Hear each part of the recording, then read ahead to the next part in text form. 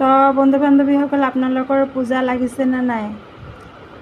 তো গোটেই অসমবাসী ৰাইজক, ভাৰতবাসী ৰাইজক মই দুৰ্গা পূজাৰ চবকে ওলগ যাচিছোঁ। আৰু আমাৰ পূজা কেনেকৈ লাগিছে আপোনালোকে চাওক।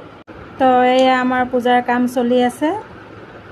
এইফালে এয়া আমাৰ ভাইটি এজনে এয়া কৰি আছে পূজাৰ কাম, এয়া চাব পাৰে। আৰু এয়া মেইন কাৰিকৰজন ভাগৰি পেলাই অকণমান জিৰণি লৈছে। এয়া তো এয়া এনেদৰে আমাৰ আই মাতৃৰ কাম চলি আছে।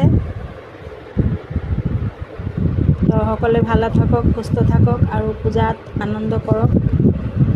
যদিও আমাৰ মনত জুবিনদালে বহুত দুখ আছে, হ'লেও আমি আমাৰ ল'ৰা ছোৱালীৰ কাৰণে বা আমাৰ ঘৰখনৰ হৈ অকণমান নীতি নিয়মটো পালন কৰিবই লাগিব।